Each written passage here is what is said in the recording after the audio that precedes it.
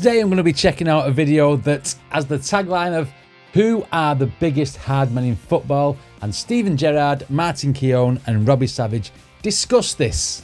Let's check it out. If it was my opinion, I'd have two people. I'd have two people at the biggest, hardest footballers that I've seen in my lifetime so far. One of them will have been Big Duncan Ferguson. 100%. That guy was a colossus. A little bit naughty sometimes, but definitely one of the hard men of football. And the other one would have been Vinnie Jones, because that guy was vicious. I think he still holds the record for the fastest sending off, doesn't he? Straight from kickoff. Past few weeks, 3 wins in 5 games. A shame for them then that their irascible captain Vinnie Jones chose this weekend to revert to type. Right, okay. Gerrard, Keown and Robbie Savage discuss. Let's check it out.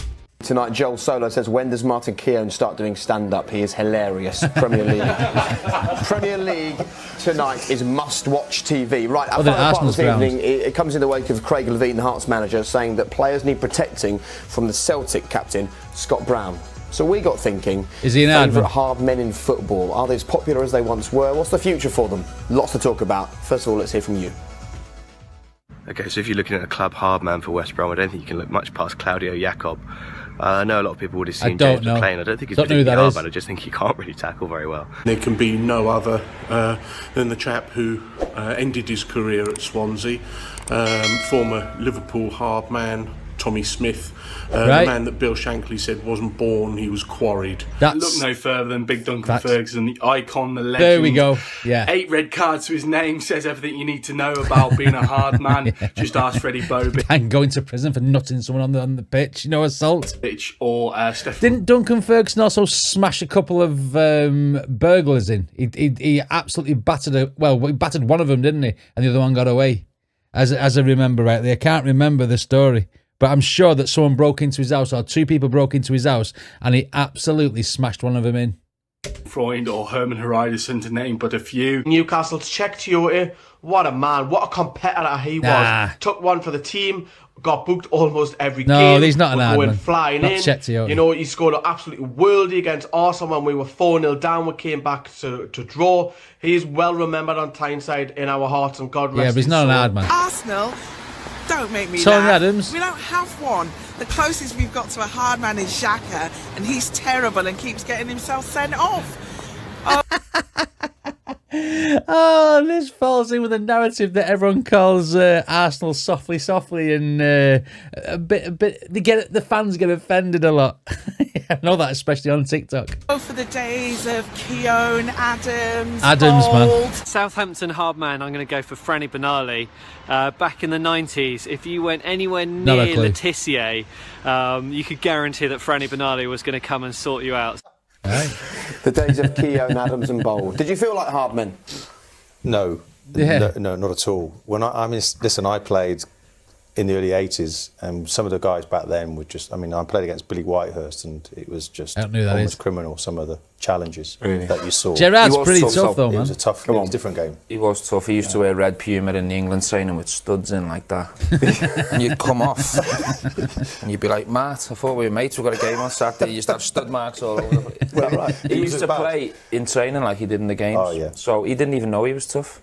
Yeah, I remember when he first got into the Liverpool first team, he wasn't a respecter of reputations. And Arthur Cox said to me there was a tackle between you two, and I thought the ball had a headache afterwards, because he did put the tackles in. Why he could take it as well. Did you have a reputation, did you? Not really, I just wanted to win the ball.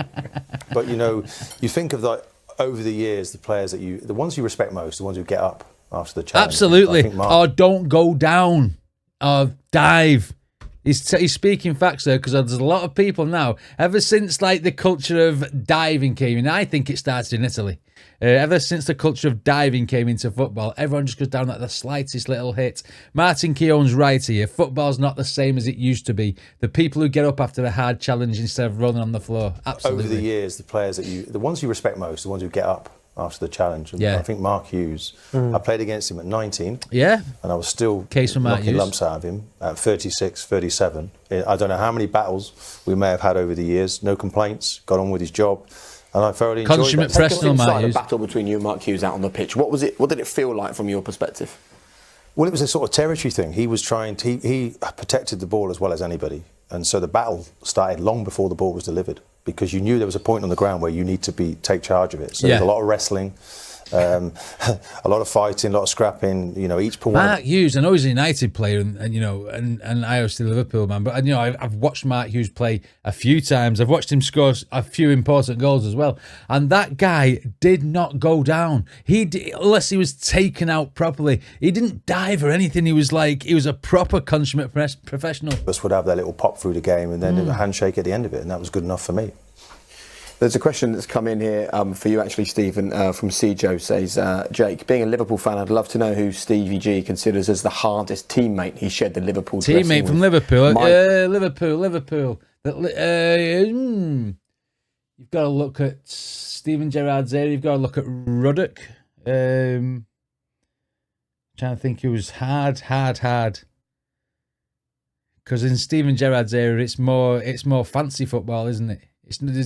Diving had already come into the game by then. I'd probably say someone like Ruddock. To know who Stevie G considers as the hardest teammate he shared the Liverpool dressing with.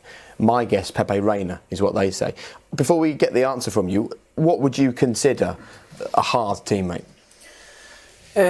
Lots of different things, really. Played with Suarez, he never went in the treatment room. Played on with injuries, used to get kicked all over the pitch. He'd have he dived as well, all over the place, but he'd be robust and available for every game. That's tough for me.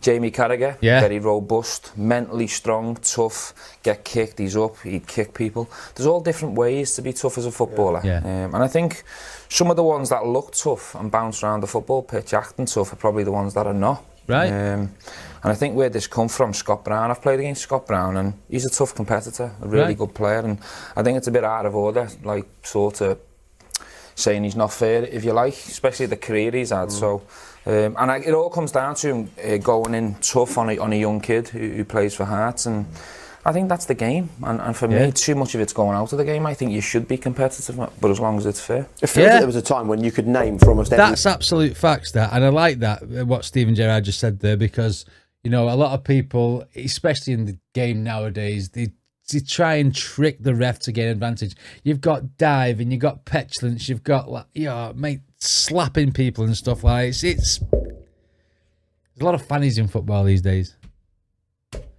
Bring back the red-blooded tackles, man. To the game, I think you should be competitive, but as long as it's fair. It feels like there was a time when you could name for almost every team a sort of an enforcer or someone who would set the tone for that team. But we talk a lot now in these studios about a lack of leaders, don't we, in the Premier League? Do you agree with Stephen that maybe it's changed, though? It's changed. You know, my hardest opponent, not in terms of was Stevie. I've said it many a time that not only if it was a 50-50, you knew he was coming sprinting towards you, and he was going to go in fair and try and clatter you in the ball. I'm surprised Wayne Rooney's not coming to the argument at this moment in time. Steven Gerrard can't pick himself as a hard man of football, but I would have put him in that bracket.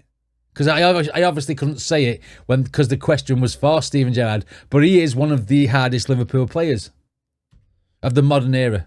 That you knew he was coming sprinting towards you, and he was going to go in fair and try and clatter you in the ball. He'd run past you, you know, to score a goal. He'd go and get the ball off the back foot. So in terms of tough, because he was tough, but the hardest opponent I've ever had in the Premier League, and I played against Vieira, Keown, you know, some of the greats, and he was by far and away the best. But they were all tough, you know. And you play against Leicester, you'd have him and Lennon, and everyone's tough in different ways.